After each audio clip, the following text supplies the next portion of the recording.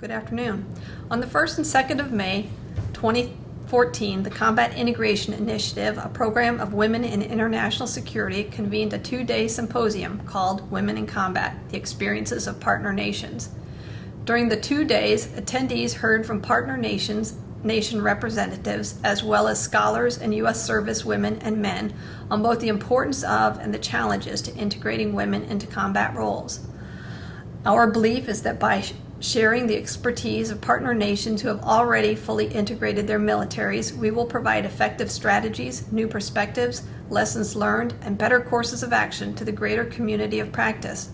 Canada, Denmark, Norway, and Sweden sent representatives, including women who served in combat specialties and men and women commanders who have commanded mixed-gender combat units. The symposium was sponsored by Senators Christian Gillibrand and Tim Kaine and Representative Loretta Sanchez. Senator Kaine and Representative Sanchez provided opening remarks on the first day. Unfortunately, the events of the first day were not recorded due to Senate rules on private filming in the Kennedy Caucus Room.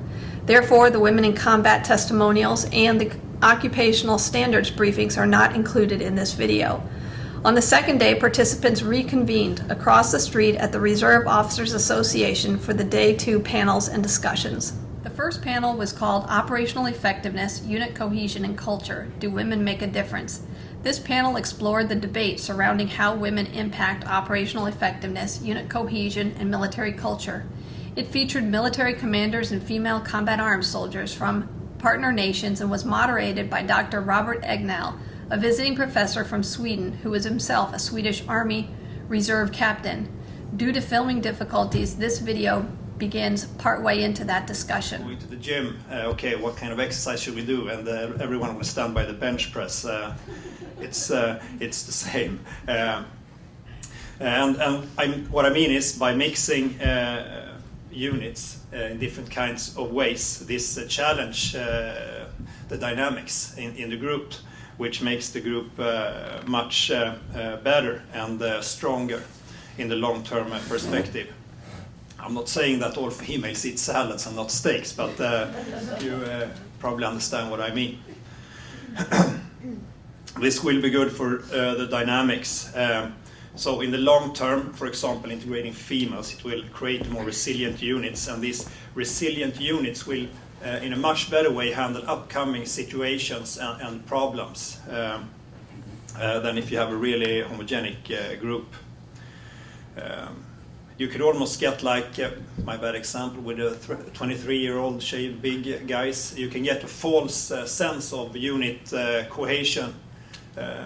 You don't challenge your unit, and then when you are in this really bad position, maybe it's too late to discover that you didn't have the correct unit cohesion. The only negative effect about this is, of course, it takes a little bit longer for mixed groups to get this really deep unit cohesion, but it will last for a long time when you have found your roles. I think actually there is some Swedish literature that supports this, and for that I will lead to you, and I think you have the books there. Something about sexual harassment and assault. I totally agree with you, Gunvor, what you said earlier. It's the same in Sweden, and I also agree with the Viking perspective on things. But in the Swedish military, we have not such a big gap between ranks and so on. So commanders versus subordinates, soldiers talking to officers, it's a very small step. It's easy to be informal, and I think the Swedish way is you know when it's formal and when it's not. We're easy to switch on and switch off in that way. We also have a lot of information and education in the gender area, Resolution 1325, about harassment and assault, equal values, etc. That is for every Marine and officer. I mean, from the first day one that you start, and it's not something you do once as a tick in the box. It's a living subject that you do over and over again. We have female networks, for example, on every regiment, and these meetings are voluntarily. All of these things together, I think, will minimize the risk of harassment, and it will also empower people to report any forms of misconduct. We do not have any known sexual assault case at all in the Swedish armed forces. We have a few single cases of harassment. We don't have any military courts or stuff like that in Sweden. We have the civilian courts, so you actually get prosecuted in a civilian way if you do any crime. What I think is more likely or more common, and that is also what you are saying about maybe mouthing and so on, is that a few people could use domination techniques. It's 5 known domination techniques, I think. Is it 5, right? Perfect. Holding information, freezing out, and so on. It's a few of the domination techniques, and make fun of, and not laughing when the other one is making a joke and so on. But this is also the next subject to come, where we talk about leadership. But leaders is the ones who set the standards on the units always. And education in this matters, when you are training people to and informing them about code of conduct, harassment, and stuff like that. That should be done by people in the chain of command. So me as a platoon commander, I need to do that for my platoon. It shouldn't be, I train them in combat, I learn them how to use their weapons, then I should learn them in this area as well. It's not good if, when you're talking about gender, you bring some other person there to talk about this. So it's important that you do it as the leader, set the example. Some words about relations. Since it's not possible to forbid people to fall in love or maybe have sex and so on with someone you met at work.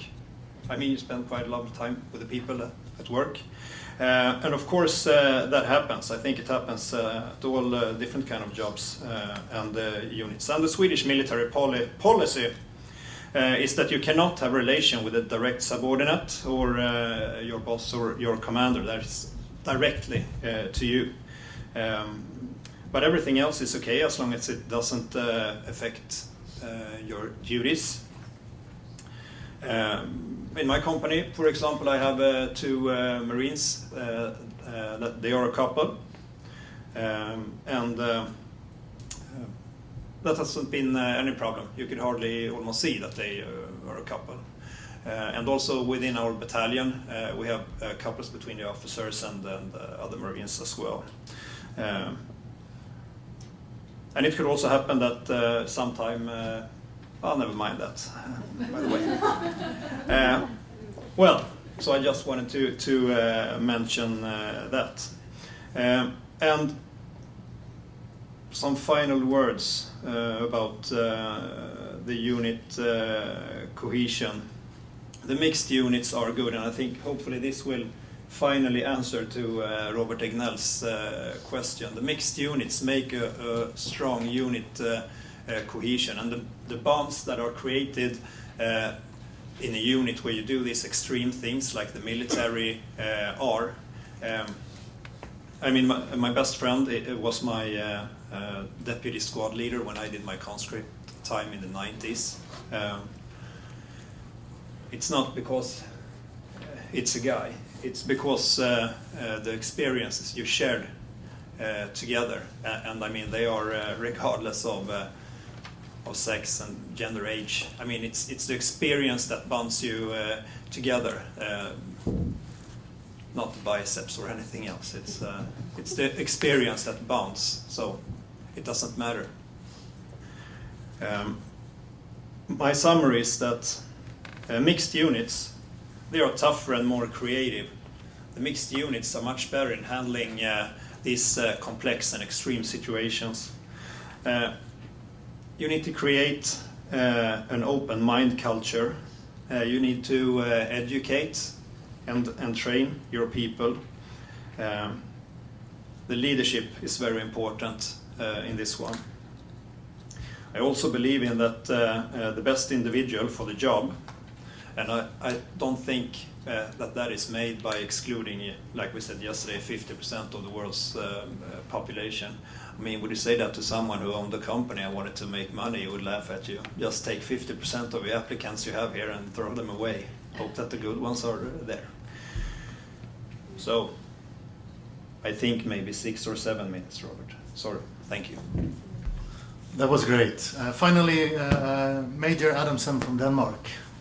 Thank you. And being the last speaker in the panel, much has been said already, and I'll try not to repeat any of the points that have been made. In the Danish Army, we do not talk so much about the gender, but we talk about diversity instead. And gender is, of course, part of diversity. We actually have a defined politics on this area, and I have just stressed out why we have defined this politics. It says that we believe in the Danish Army that diversity contributes to a broader recruitment base. It has the opportunity to create more innovative and creative environments for employees. We can draw on multiple skills at all levels. It can break off inappropriate stereotypes and myths. It enhances our image as a defense on army, and we become known as a diverse working place, and a diverse working place with diversity that will attract the best employees. That is how we regard this, and I can only say that I agree with both Lynn and Christopher on the points they have made, and I'll just try to go to how unit cohesion can be affected by adding women to the units. From my experience, what I've seen as a commander is that when you experience men in company with women, they have a tendency to perform better. The men do not want to stand back for a woman, and they will always try to perform better. So actually, it's a quite good performance pill to put into your unit, is to add some women, because they want to be be regarded as a strong individual when you have women in your unit, and especially when they're being compared to women or being compared to a woman. So it's actually, I have observed it as being something good. And again, it depends on the woman in the unit as well. There's of course the other side of this medal. There's also the issues that you will meet when you have men and women in the same unit. I think Christopher covered it pretty good, that there are, as commanders, things you have to be aware of, and you need to know your men and women in your units to handle this. I'm not going further into detail with that, but I'll just say it's not really something that goes without any kind of problems. But again, that's your responsibility as a commander to make it work. I have also seen that it can be devastating for unit cohesion when we have these problems where two women fight over one man, or two men over one woman. And again, in Denmark we have the policy that says we separate the soldiers, so we don't have these issues. Again, I have also had married couples in my unit. It's not been a problem. Again, it depends on the soldier involved. Are they able to handle the situation? I also think in our recruitment, as it is right now, that the men and women we recruit is, well, the finest of our youth, you could say. And we actually have, through this process of picking out the right ones, this has also been some of the criteria we look into. Are they able to handle working in a unit with mixed gender. So that's basically it. And I try to look into our numbers on sexual harassment. Again, actually, when I was asked this question, I said, okay, I can't really come up with any cases we've had, and again, it must be naive to think that it doesn't happen. So I tried to look in and found some numbers, and just in short, I could give you the number of cases that had been raised in the Danish Army since 2007. In 2007 it was 1, in 8, 2, in 9, 1, in 10, 3, and since 11 no cases has been raised. We can explain why there's no cases been raised since 2011. Since from 2011 we have never had so many women in our forces. So it seems like when you raise the number of women in your forces, the number of cases of sexual harassment will fall. I have no scientific background or evidence to prove that this can be applied to other units, but that's a fact. This will covers my presentation. Thank you so much to the panelists. I would like you to get a bit more personal now, and so I will ask you. The story coming out of the panel is seems to be that adding women actually does change things. Sometimes it depends on the personality, but it can have quite an impact on the unit, on the cohesion. Most often a positive one, which is an interesting one then for the US case, where this is quite often presented as a potential problem. But I'm sure that when you joined, for example, for the women on the panel, you thought about this. What will it be like to work in an all-male environment? How should I approach it? And I would ask you to share your experiences of how you sort of tactically went about this issue. And for the men, how did you approach it when women first arrived, or when you first had your a female subordinate? Did you have a particular approach or fear, or how did you deal with that situation? And in whatever order you like. So let's start with Gunvor. Okay, I'll start. When I started in my unit, I was actually just focused on doing the job well. I was not, I didn't care if the guys didn't want me there, because I wanted to be there. So what I did was that I completed the tests, the physical ones, and I became a great gunner. And so I earned trust and respect that way. I was mentally prepared that my unit had never had women before, and so I knew that. And what they told me when I started in my unit, or before I actually applied for a job in my unit, was that you will never get it in. So you will probably end up on a tank or a Leopard or something like that, but not in a unit or not in a CV90. So in a way, I got stubborn as well. So I was like, well, I'm going to show you guys. So when I was starting in my unit, as I said, my main focus was to get good at my job. And my experience is that you just have to be yourself. And if yourself is a tomboy or a girly girl or whatever, you just have to do the right things and do the job well. And after a while, you will become a part of the unit. Well, that's all I had to say. I had absolutely no idea. Nobody in my family was in the military. I was raised to think that I could do anything I wanted. So I wanted something difficult to do. I was looking for a challenge because I was bored. So I went and I was looking combat engineers, and it seemed attractive because I could blow up stuff. So that's what I went for. And after a few years, the first phase training, as I was going through my combat engineer training, I realized that these were the first years where women were going to be sent to combat units after training. And I noticed that there was a big resistance to that. We were constantly observed, and I realized that there was a lot of pushback to me being there, and I was very, very surprised by that, and I got really, really annoyed when I felt that I was being told that I shouldn't be there.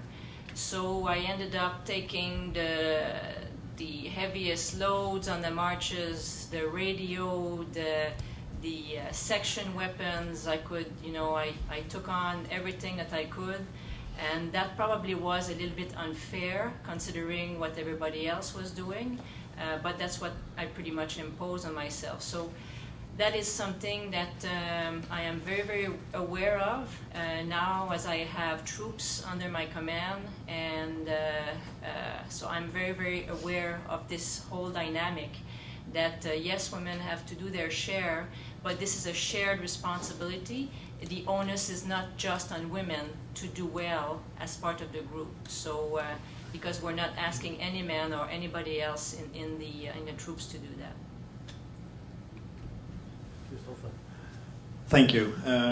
I came up with 3 things. If I go back to 2004, when I was platoon leader for a platoon, then I had my 2 first female Marines in my unit, and I was responsible for the basic training for the first 4 months. And then I started to think, okay, what do I have to do to not make the female Marines stick out? Because I felt that was important. And then I felt directly after that, that's what I'm doing right now. So, okay, never mind that. So take that one away. We had the female networks that I spoke to you earlier. And the policy at that time was that the first meeting, you had all females had to go to the first meeting, and after that it was mandatory. I thought it also again important to not stick out. So I mean, you can't stand in front of the platoon and say, okay, the females, let's go to the network meeting, and then you go with the rest of the platoon and do something really, really tough. Then it would be like, okay, they don't have to do the tough things because they are at their little meeting. So what I did was that when I had the platoon you pick out people in the platoon, like 2 soldiers are responsible for the sports activities, 2 soldiers are responsible for like traveling and stuff like that. So I just put this in among the other things. So everyone felt that it was a natural thing, and I explained why we choose the different soldiers to the different stuff. And I don't think that we have came as far in Sweden with equipment for females as you have in the US, but we have done at least some stuff. And this was 2004, and we hadn't come so far at all at that time. But there was these military towels that we have in Sweden. They are really small. You can barely put them around. So the towels are like you have to choose which part of your body you want to hide, the ones you're most ashamed of. But for the females, there was bigger towels that the females get out in their equipment. And these towels were big, cozy, really nice. So instead of, I ordered these towels because now I had the power and I had these 2 females in the platoon, so I ordered big towels for everybody. So everybody got big towels, because the other ones you could almost use like a plastic bag instead of wipe it with it, didn't even suck up the water. So that was 3 examples. Okay, going back, I know that when I first had women in my units, it took some special attention receiving women, because first of all, you would not start putting your women into a function where you had to carry the heaviest load from the first day. It's easy to break everyone just coming to a new unit. So what you would do is like try to build up the confidence to all new members of your unit. But I think especially when it's a woman coming, you don't put the anti-tank gun on her at the first day and then let her be or break down very quickly. That's not the part of it. You have to create this trust to her capabilities and so on. And it also needs a lot of attention. It's not. You have to observe your men in your platoon, because it's often the men that is the problem, receiving women into the unit. It's not the women. But again, you also need to observe how does she behave, because it's very important that you will, of course, guide on that behavior as well. We have, like I think Christopher mentioned it, mentors in our forces that we use to guide women how to behave and so on, and give them good advice on all the things concerning the service. And that's also a very good idea if you have women in your unit already, to start up a sort of a small network inside your unit to make sure that they have a good start arriving in the unit. So that's the way we try to handle it. But I remember it took a special attention first time to receiving women, making sure that they had a good start, because no matter what, we are still looking back at our own culture as well. Men are to protect women. I think that's something we have ingrown in our history, and now we are now creating a new picture where women are also protecting men, and that's sort of pushes our way of seeing things, and that will of course affect how we react as well. So give them a good start, then they will do really good. I just want to add something to what Jon just said. One of the biggest problems or issues in the Norwegian Army when it comes to getting a female in a unit is actually the fact that some women are actually using the army as a dating arena. And you have those women as well that are, when he's talking about how women are behaving, that are putting females that are doing the job 100% in a bad spotlight. So actually the biggest question I got when I started in my unit was, will there be drama? Will you flirt around? Will you behave in a way that is not proper for a warrior or a soldier? And so actually that's the kind of the biggest question that are been asked around when females are starting in unit. So sometimes females are actually doing they're not playing other females good, or you know what I mean, yeah. So that's kind of a problem as well, not just the way that men behave, but that's in a way, we also have kind of like mentors some places, and for me, I became a mentor for the 2 girls that started this fall in my unit, for example, because I was alone for 3 years, so I kind of like know do's and don'ts and so on.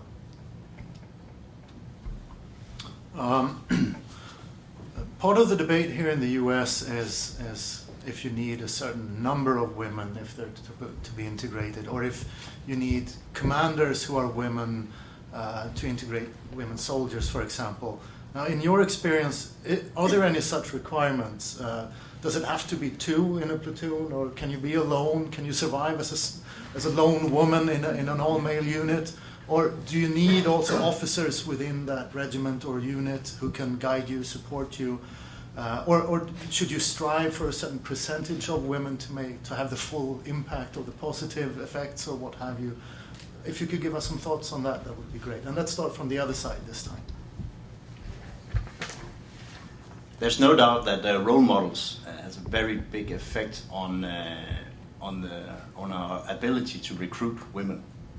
That's very important, and that's actually one of the things that we're really struggling with in the Danish Army, because we haven't got any women generals at the moment, and we actually have a very few percentage of women on the highest level of command, and it's not something you change from one day to another, but it has been seen as an issue that we have to improve in.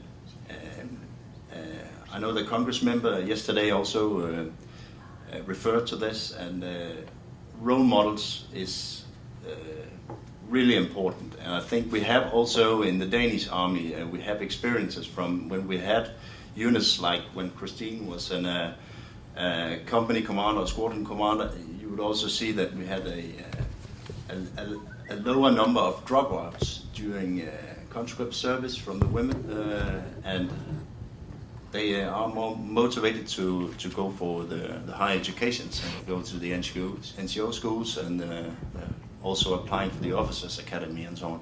They need role models.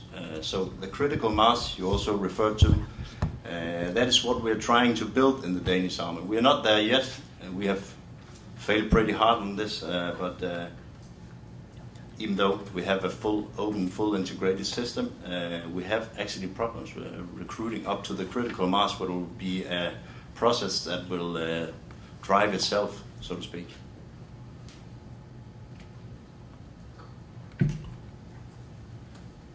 I will continue. Perfect. The critical mass discussion. I don't know. Probably some scientists can answer that question. The role models are, of course, very important. We all use role models in whatever we do. I think that one single female Marine can get along well. I know Tilfors has done that. But I think, of course, that it's better to have more.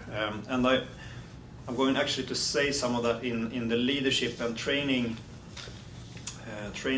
discussion. But I think it's wrong to assume that the females want to be close to each other. If you understand what I mean. But I think it's important that you give them the possibility to talk to others if they want to. I hope you understand what I mean. And I think that every female Marine in my company that comes along is one step further. I don't really care personally about any critical mass. Everyone we can get is good. Thank you. Our experience and our research has demonstrated that critical mass is not important. As long as the environment is positive and the command climate is right. So whether you have 1 woman, whether you have 10, is no difference as long as culturally the organization is healthy. We've tried in our first years, what we were doing is posting all the women to the same unit, and over time it took about a few months, and that battalion got nicknamed the Girls Battalion. So none of the guys were happy about that, and none of the girls coming into the battalion were very happy about that. So we stopped that immediately. Plus, it does not favor the right, again, climate or environment if always the same supervisor are working in a diverse environment. So that's completely counterproductive to what we're trying to do with the diverse force.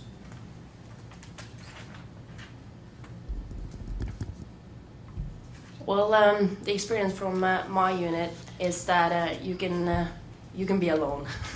That's not a problem, and you can drink and lift iron and scream warrior cries or songs as well as the other guys, and that will not be a problem. But it's what Christopher said is that the question I got when we got 2 more girls this fall was that, oh, are you going to be BFFs now? Well, no. Just because we're women, we don't have to do all the things together. You're my guys, you're my colleagues. And they were like, okay.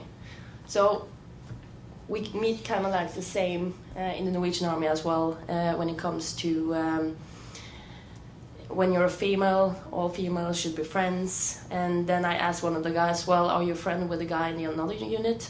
No, I don't know him. Well, there you go. I know you, and I don't know her in the other unit. So, but what I want to say is that you can be alone, and of course you should strive for a certain percentage of women, but it should be women that can or are able to do the job and are managing the tests and are on a physical level. And if that's just 5%, then it's just 5%. If it's 20, well, thumbs up. So, as I said yesterday, that's soldier for the job, whether it's a boy or girl.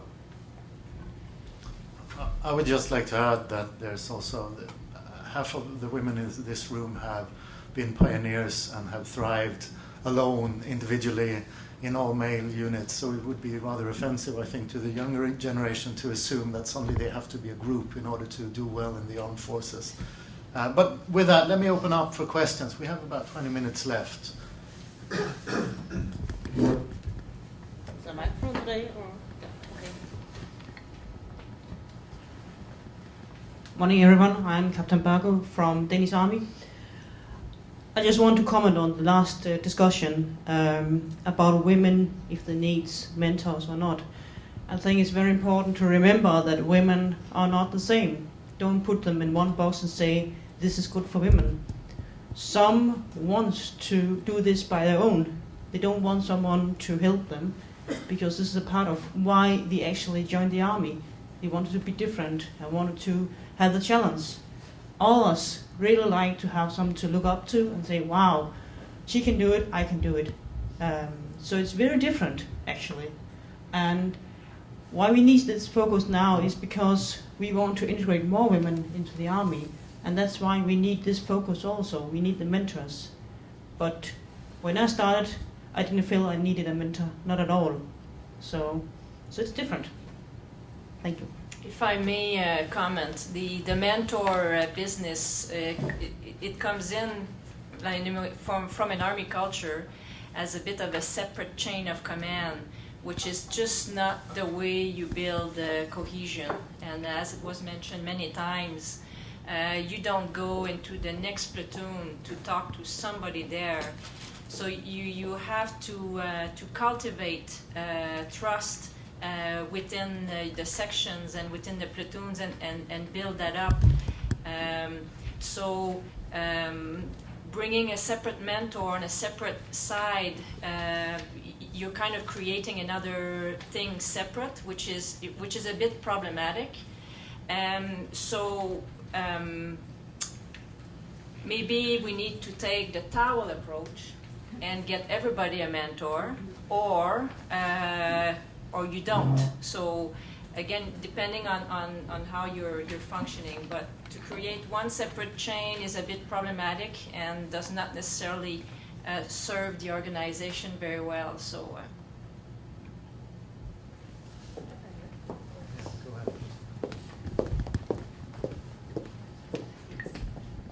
Hi, Shelley Burgoyne, former Army officer and combat veteran. I would just say about the mentorship and about the critical mass question is that even in our American Army, this critical mass question is not asked when we integrate gay soldiers, and it's not asked when we integrated black soldiers. There was never the question of how many do we need in a unit. It's only when we're speaking about women into combat units. So I would just like to make that point. Thank you.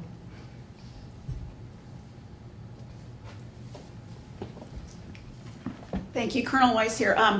As a lawyer, I have a few things that I'd like to get some literature from you all, so I'm going to go ahead and ask those questions. I think the Major had said that in terms of your policy that there was some language about needing a broader recruitment base and breaking off inappropriate stereotypes. So if you could get me that, that would be great. I think there was also some talk about some Swedish literature being there about achieving unit cohesion, so whoever has that literature, I'll take. And let me. Okay, so can I? Yeah, I'm just going to put this out here because I'm going to take advantage of this opportunity. And then from Canada, the Colonel, that there's a section on human rights and diversity. That there's a clear connection between respect and something else. That there was language there.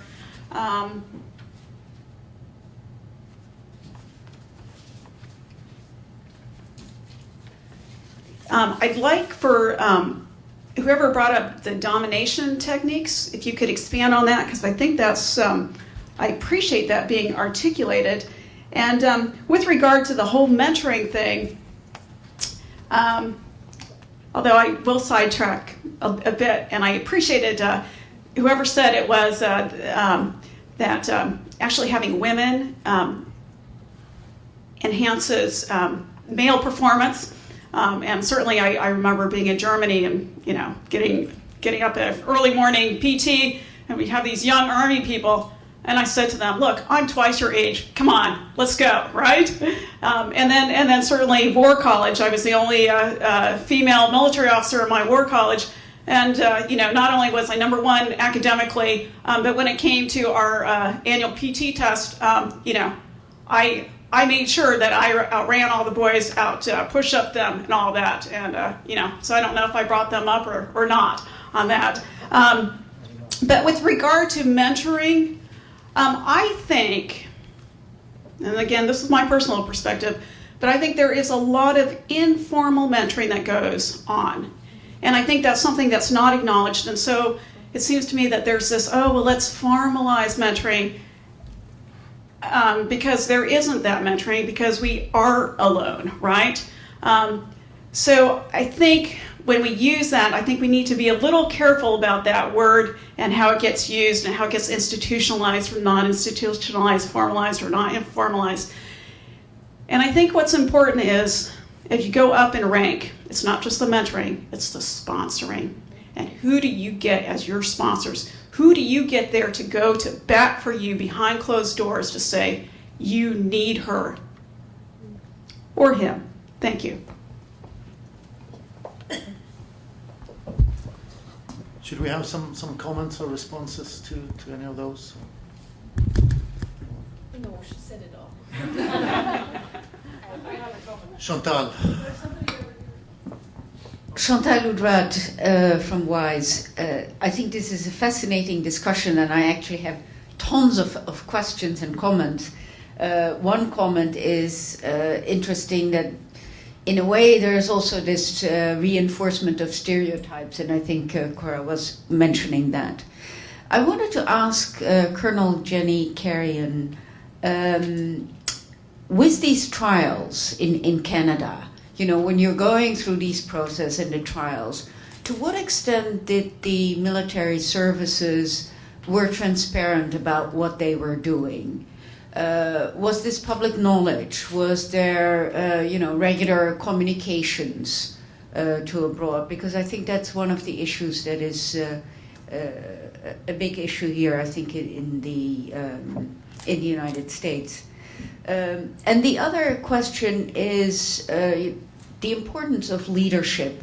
And Senator Tim Kaine mentioned this yesterday. He said, you know, the senior leadership is actually on board, but there is that sort of right after level of leaders who are maybe not coming along as quickly as they should. And I wonder if you have any kind of insights on that. And then lastly, if I may, on the sexual harassment and sexual assault issues. The issue here in the United States is that it's not just women that are being assaulted, it's the men. And actually in numbers, the numbers of rapes and sexual assault on men is in absolute numbers bigger than that on women. So I'm a little surprised that, you know, nothing is happening of that type of magnitude in the Nordic military. And would you have an explanation why that is so? I'm just going to start with your initial question. On the leadership one, I think we'll cover that very much in detail on the next panel. But in terms of the crew trials, this was very, very public, and this was the military response to the pressure of the Human Rights Commission to admit women. So it was kind of a delaying tactics used at the same time. The crew trials were imposed, and they had absolutely no leadership support to make that happen properly. So the methodology was completely false, and the aim was to make this thing fail. So there was absolutely no support in terms of leadership to make this a success. It started to get really, really annoying for the units when they had people taking notes on the unit's effectiveness, that kind of got really bothersome for a lot of the unit COs. And then when they put the results on the table, saying, look, no women make it through combat arms training. This is a failure, and we're bound to fail on the military operational effectiveness side. This is not effective. The Human Rights Commission Tribunal just said, well, that's bullshit, folks. You didn't put any effort into this.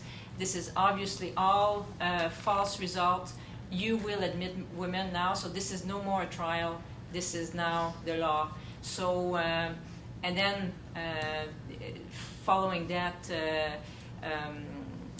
that's when the integration started, which was not really started until 10 years after that. So in terms of trials, this was the overall thing. In terms of sexual assault and intimidation, if I may talk a little bit about that. This is a very public thing in Canada, and it comes back every once in a while, where cases are out in the media, and we are in the middle of that right now. So we have a few assault cases that are very public right now in the media, and it's a recurring thing. We have all kinds of mechanism in place in terms of harassment policies, support from the chain of command. We're doing surveys in and out every year.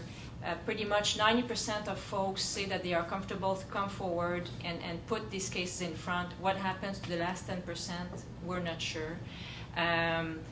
So we have these cases, and what worries me the most is what I don't know. So those that don't come forward, and this is again part of this culture where you want to be part of the team, and you don't want to cause any disruption to this cohesion. And by going public or by denouncing somebody, you cause problems within the team. But again, that probably comes from an experience and not understanding what teamwork is really about. So we have constantly to remain vigilant about that. If you want to finish up, I can comment on the next session. We still have some minutes, so go ahead. Yeah, I just had a comment on the sponsor and mentor issue. I kind of disagree on the terms that females need female mentors and sponsors. My personal experience is that my best sponsors and mentors so far has been my male commanders. And I believe that if I, as an officer, do my job and do my job well, I will be sponsored and I will be mentored well to climb the ranks. So far that has worked. But I appreciate those women around in the army where I belong, who can be my mentors and whoever I look up to do a job. So I very much appreciate those my female colleagues, both as mentors and friends, to support me in my job. So of course it's an important issue, but it's not exclusive at all.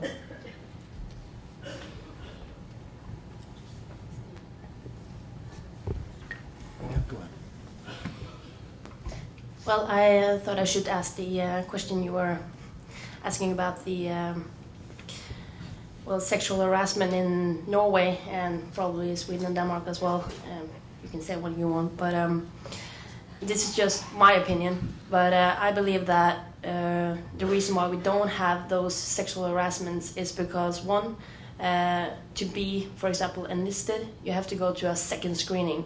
You have to have done and completed your conscription, and you need to go to a second interview to get hired. In Norway, if you have a criminal record, they don't want you. You don't get in. And I think the third reason is that the Norwegian army is so small, and everybody has probably heard of everybody or met half of the army during exercises or deployment or whatever. So it's kind of like you get like a relationship with almost everybody. You can talk to everybody. You can you have had a conversation with someone in every unit. So I believe that's probably the main reasons why we don't have sexual harassment or sexual abuse in the Norwegian Army that kind of way. Thank you. Gail. I'm Gail Maddox, and I teach at the Naval Academy for a long time.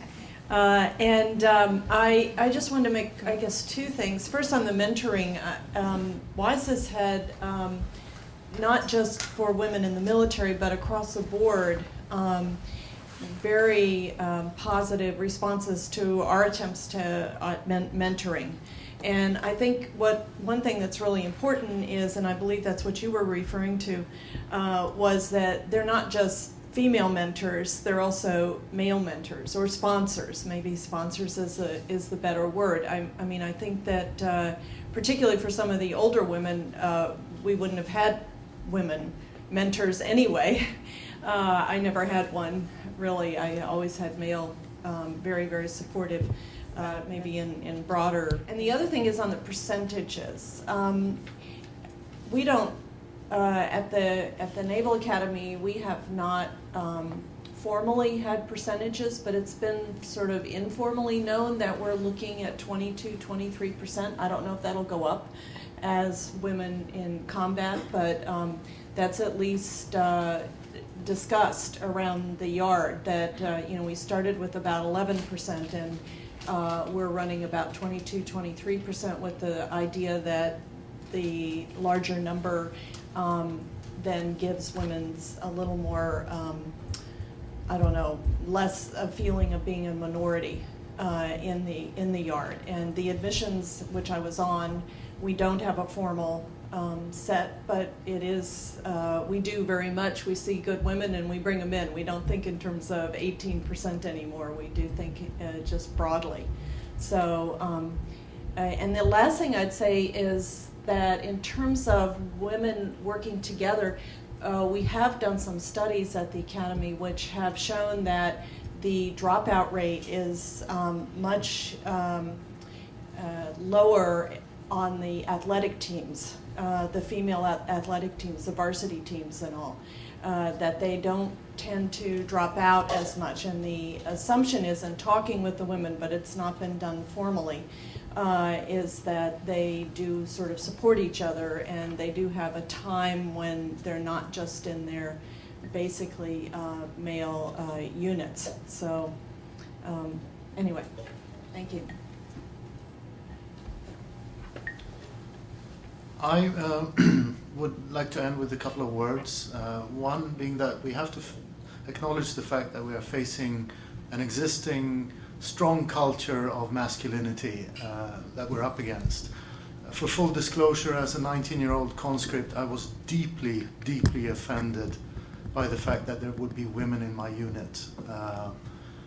Why? Because it didn't match my idea of what my military life would be, what a real soldier is, and it lowered the status of my unit in my eyes at that time. I think that's a very common thing. I hope I'm not alone in that, because that would make me a terrible person. I think it's very common, and that is what many units having women for the first time are facing, a massive rejection at first point of contact. With experience and maturity, all of that went away, obviously. And that is the positive message as well, that most men who have ever served with a woman changes their mind. And I hear very few who have served with women who say, I've done it and it sucks, it's terrible, it ruined the unit, we didn't function. It's quite often the opposite story, and the resistance right now are from those who haven't served with women. And that goes to the question about the senior leaders might be on board. Well, they're politically aware as well, and they know what they have to do, and to what extent they're on board or not, I don't know. But the level just under them, they are still the old guys with the old perception of what it means to be a soldier and an officer. They don't have the experience, while there's a whole generation now growing up of officers with the experience and with a lot of positive experience. So it's a bit of a generational thing, and the question is, how can we not just say, well, it's in the walls, it's going to take 20 years and then this issue has gone away. Training is one thing. The problem is that quite often it's done in the wrong way, as was highlighted on the panel.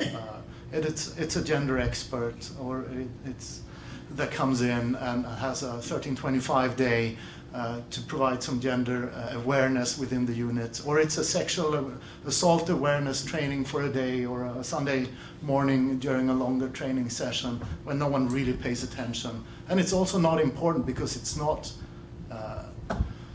the commander, and it's not the chain of command conducting this and saying it's important. It's a gender expert, or it's a lawyer. And for all the respect I'm sure you get, you are not part of the chain of command. You're not one of the combat units, right?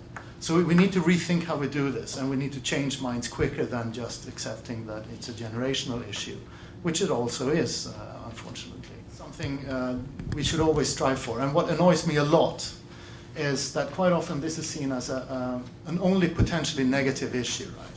The existing unit is perfect, and when we integrate women or gender perspectives, the only impact it could possibly have is negative, more or less negative, right? So how can we do this without ruining the existing perfect organization?